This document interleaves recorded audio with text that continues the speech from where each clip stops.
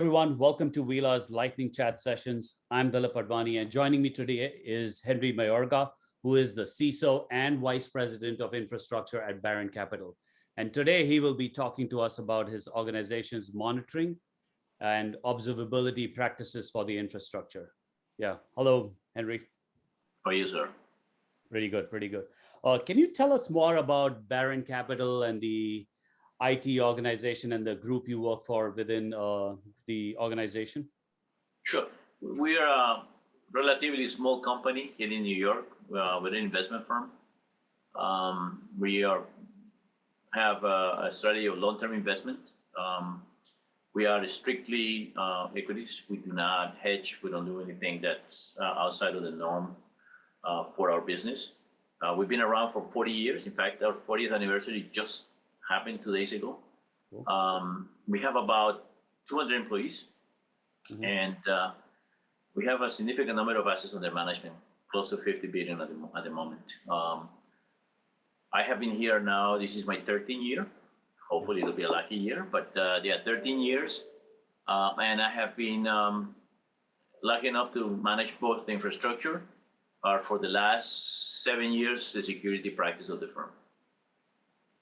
Okay, yeah, thank you for that. Right, and then can you tell us about some of the business critical applications that's used within your organization, and then who are the actual users of those applications? And this could be both internal and external too. Well, I mean, so we have a lot of our systems are internal. We have the resources, we have the data center space, so we do a lot of stuff inside. At this for now, we are a VMware shop by design. So most of our systems, in fact, all of our systems are virtualized on VMware, including the desktop, where we use a VDI system using Horizon. Even our phone systems, we use AirWatch, right? So we're through and through from the infrastructure perspective of VMware shop. Obviously, we're also a Microsoft shop from the operating system level and Office 365 and Office 365 and email and so on and so forth. But fundamentally, we are a self-contained. We have 2 data centers and a building location here in New York City. Our data centers are in different parts of the country for redundancy. And we use all sorts of replication techniques across the infrastructure for the purposes of reliability. In an infrastructure, even a small infrastructure like ours, one of the challenges when you are trying to monitor something is that you have this gap between the physical environment and the virtual environment. And if you're monitoring the physical environment, you don't always have the ability to look at the virtual environment and vice versa. Sure. So a lot of time we spend looking for tools that would allow us to bridge that gap in an intelligent way, right? So that's how we came across Uila many years ago. Okay. Yeah, I know you mentioned certain SaaS applications, but are there any specific financial applications? Is that the core focus, or? Yeah, of course. Yeah, we trade with a trade organization, so we obviously have an OMS, an order management system. We have back office systems, accounting systems. Sure. We have multiple instances of market data providers that provide information to us. Those are considered to be the critical applications of the firm, along with email. But yeah, so it is predicated on centralized databases that allow us access to multiple applications. Some of them are third-party applications, trading systems, for instance. But there are some homegrown applications that we also develop for the purposes of providing information to our users, different departments, so on and so forth. Okay. And what were the challenges, or what are the typical challenges you run into with these kind of applications? So as most organizations our size, we over-engineer to compensate for potential bottlenecks, right? We have the means to do so, so we overcompensate. However, you still run into situations where the performance of an application is questioned, right? It's not, especially, so the virtual desktop environment is tricky, right? You have your desktops in one location, you use it in another location. And during the pandemic, it became even more evident to us that the latency between applications and the displays were issues that we had to deal with. Interactive calls, this type of collaborations on Zoom and Teams and WebEx on virtual machines is a big challenge, to be able to have good systems. The larger applications, the core applications that are running on pretty significant servers, we rarely have a problem with that. I mean, it's very, occasionally we have a question about something running slow, but it's really not that prevalent. The biggest challenge for us has always been the end user interface. And the thing about that type of problem is that the nature of the user is such that when they're using a machine, let's say a physical machine or a laptop, and they move to a virtual machine, and when they drag a window, it drags a little bit too slow. When they open an email, it opens a little slower. When they type, they see a little delay on the typing. Users are very sensitive to those delays, to those changes. Mm-hmm. And in particular, people that are looking at things like market data or trades, any little delay, they immediately notice and they immediately raise a complaint. So that end user, the end user experience is really critical for us and understanding how we're behaving. Because at the end of the day, the user doesn't say, this particular application is slow. He says, my computer is slow. The network is slow, right? And now we have to go back and slice that and try to understand what the problem is. So multiple problems, right? One is the physical infrastructure working okay? And for the most part, we say, well, we think it is because we have plenty of capacity. Mm-hmm. Is the virtual infrastructure working correctly? Is it properly configured? And now we have to have the tools to go look at that. And then you have the actual application. So is it an application issue specific that you have? Is it the entire machine or just the application? And that's a different level of observation. So you're looking at a physical layer, you're looking at a virtualized layer, and then you look at an application layer. And I'm making it a little bit too simple, but you need to be able to focus on all three of them to understand where the problem is. And so that's the biggest challenge, I think. Yeah. And then what about security, right? Obviously, especially in your role, right?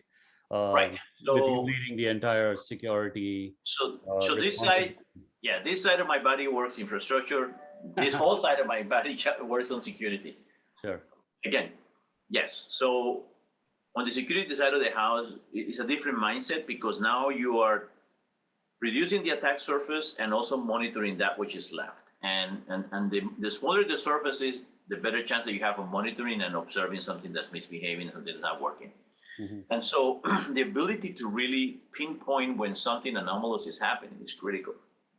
And when you're doing north-south traffic or traffic that is leaving your infrastructure, your network, it's pretty straightforward in the sense that you have a choke point. You have either a firewall or a proxy, and you can look at that traffic in a very minute way. But when you're looking at east-west traffic, sure, and you have multiple desktops and multiple servers and multiple data centers, now that east-west traffic becomes a real challenge to really observe when an anomaly happens.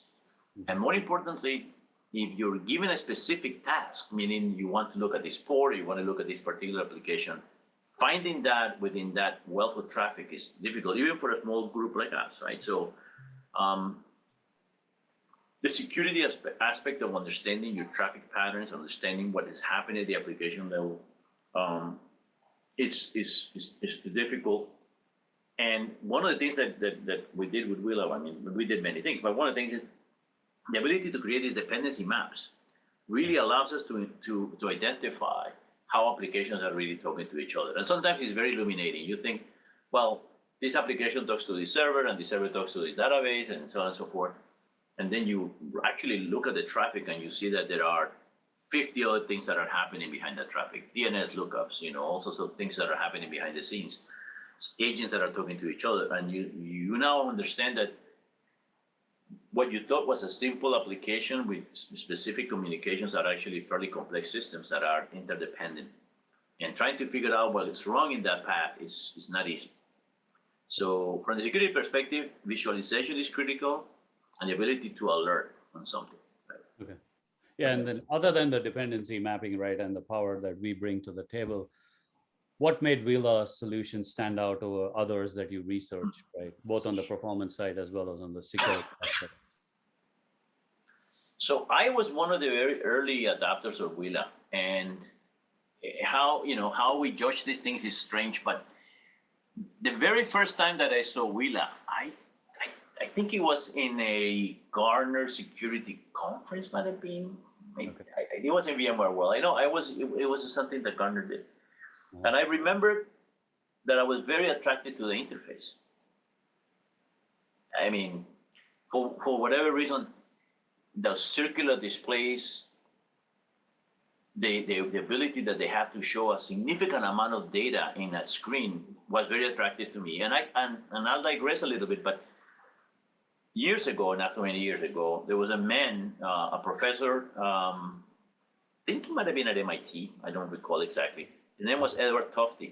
And Edward Tufte was one of the pioneers in design, in designing displays and in designing the representing graphical data when it was numerical in nature. And one of the things that he said, and remember, now you never forgot this, is that one of the keys to a good display is the data density. How much can you really put up in a display that informs you? And when I saw the interface for Uila, I very quickly noticed that in that interface, I could see 5 or 6 or even 7 different elements of my infrastructure fairly quickly. Of course, the color helps, but the ability to really move between the different interfaces and drill down on the information very, very quickly was astonishing. I had not seen anything quite like it. Everybody goes to the bridge, the tree mode and stuff like this. This was different. This was, yes, you had your menu, but you also had the ability to look at your menu on the horizontal and the vertical plane, on the horizontal plane, and then that interface allow you to drill down very, very quickly. So I was attracted to the interface, and then I struck a conversation with who turned out to be the founder of the firm, and I realized that they had the ability to represent what was happening in a virtual environment that I had not seen in any other product, and I had seen quite a few. Most of the traditional products that do monitoring come from this physical side of the house. So they represent the switches, and if they're sophisticated, they're able to do layer 2, layer 3, and they may be able to do some of the connectivity in some instances. But the virtual interfaces are different. This requires a different level because you are commingling network, you're commingling memory, you're commingling CPU, you're doing the applications themselves. And that wasn't an easy thing to do. And Uila did it really, really, really well for VMware. This is VMware 4, maybe 5. It was a very long time ago. So that really hooked me. And I remember I came back to my office, I picked up the phone and said, I want it. And the rest is history. We had it for maybe 5 years, 6 years. I don't remember. It's been a while, actually. Yeah, we appreciate that, right? And then what results have you seen since implementing Uila, right? Has it helped you reduce cost and time to resolve challenges, or has helped you change some processes or whatever within your organization?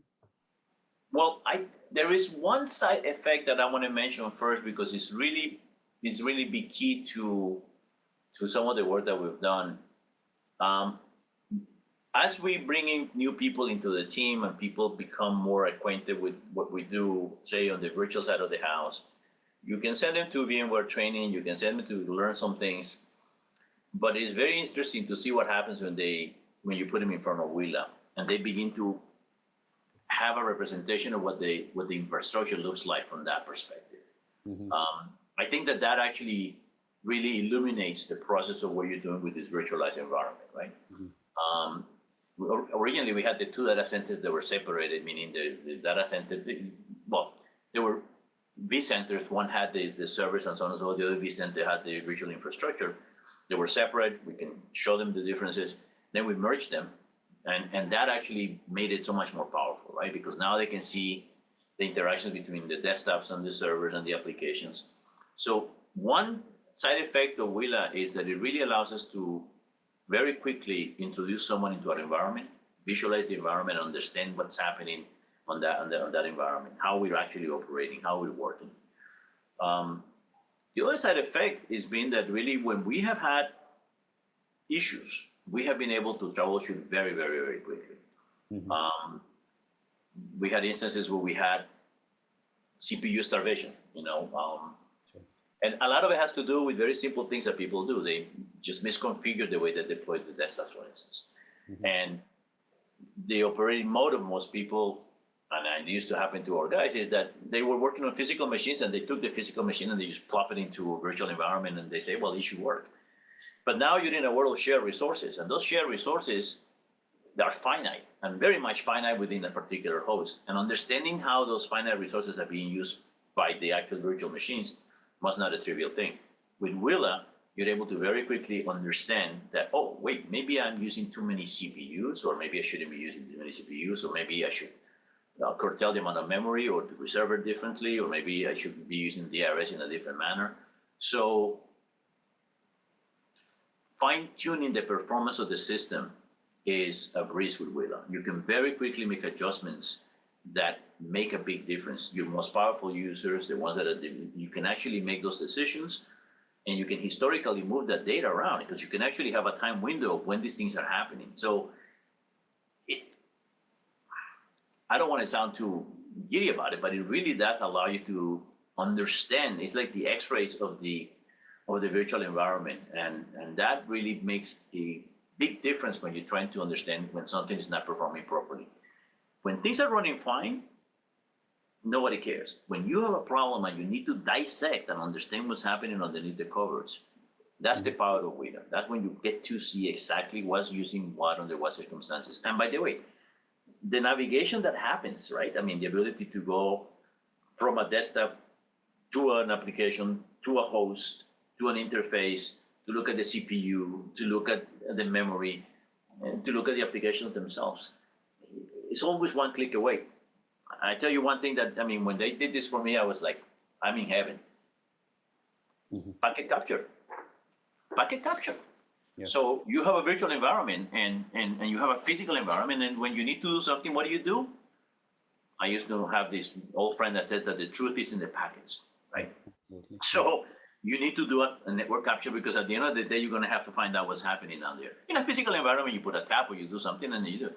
In a virtual environment, it gets a little more challenging. And so actually, I remember when the guys from Uila came and said, oh, we can do this for you. And they actually put a machine with a GRE tunnel, and they actually exported, the traffic out to a machine where they can actually put Wireshark and look at the traffic. And this happens dynamically. You can go to a host, you can say, start capture, boom, and then you go to the other side and start your capture, and now you're capturing the packets for that particular machine on that particular time. That, I told them, that you should set that as a product separately, but huge from the perspective of troubleshooting. Of course, there are BTAPs out there. Of course, you can do all this, but you have to pay for all these things separately. In Uila, you have it right there. You can go, you can see what's happening, and if you really need to look at the packets, you can export them and look at them very, very quickly. Huge. For anyone who really does this type of work, it's a big deal. And that is also a big deal for security, because if you have an anomaly and you really need to understand what's happening, you better be looking at those packets. There's no way around that. And the ability to do that. Now, maintaining the packets for a long time and recording, those are different challenges. But the ability to go there and find them, tremendous. Yeah, I appreciate the kind words, right? And again, wanted to thank you once again for sharing your valuable insights. I'm confident this will be very helpful for everyone. And thank you, everybody, for joining us today. But one more, I want to give you one other thing. Sure. No, because this is very, very important. And I don't sound like I'm plugging or something, but I have had over the years multiple calls where the CEO, the CTO, the backend developers are sitting on a phone call, and we're talking about things that we want to be able to do, which show up in the product 6 months later, 3 months later, or where sometimes I say, I wish I could do this, and say, oh, but it's already there. You should just go to Uila University and do it. I have to confess, I never done Uila University. The interface is so intuitive that you can pretty much do just about everything how easy. That sort of thing. But the level of interaction between myself as a user and the people that are making decisions within the organization is so narrow that I don't think I have experienced that anywhere else. Yeah, and that's been our philosophy right from the And beginning. that is huge because that gives you in contact with the customer and it gives you feedback mechanisms that you can implement very quickly. Yeah, That is one of the reasons why I stay with Will. yeah, absolutely right. We've always had that philosophy, right, of being user centric, right, and building the solution that matters to you, that'll help you solve your challenges. I will tell you the other thing that I will say, and this is apropos what happened the other day with Log4j, right? Log4j happens and everybody's scared, everybody's worrying about, what's going on. I don't know why, but I said, let's go talk to Will and see what they can do for us. Because we want to know, is anything inside the infrastructure using Log4j? Is that communication happening anywhere? Mm-hmm. I call up, we got on the call, and they say, oh yeah, that's pretty straightforward. You can just do this. In 15 minutes, I had a printout. I had a map of devices that were talking to each other using Log4j. 15 minutes. Internal applications that otherwise would have taken me weeks to figure out how to do it because I would have to scan and do. Mm-hmm. They basically were able to say, definitively, these machines are using Log4j. Here are the host-to-host conversation, and we cleaned it up. We went out and we cleaned it up. Actually, we found out one of our critical vendors was affected, and they couldn't fix it right away. We had to wait, but we were aware. We're now watching it. It took them 4 weeks, maybe, to fix it, okay. But we knew. And so, again, kudos to you guys for doing that type of service, that type of analysis and understanding how things work. If you need to understand the internals of VMware, I'm talking to you right in VMware. Yeah, we really appreciate that, right? I think during the Log4j situation, right, a couple of months ago, right, that's something that our users deeply appreciated, right, with us providing the visibility as to what assets may have that vulnerability. Yeah. 15 minutes. Yeah. Blew my socks. Yeah, it's very good. Yeah, cool. Appreciate it a lot, right? And thank you, Henry, once again for the kind words and the very positive and encouraging words for us. And then thank you, everyone, for joining us today. Okay, pleasure. Yeah, thank you, Henry.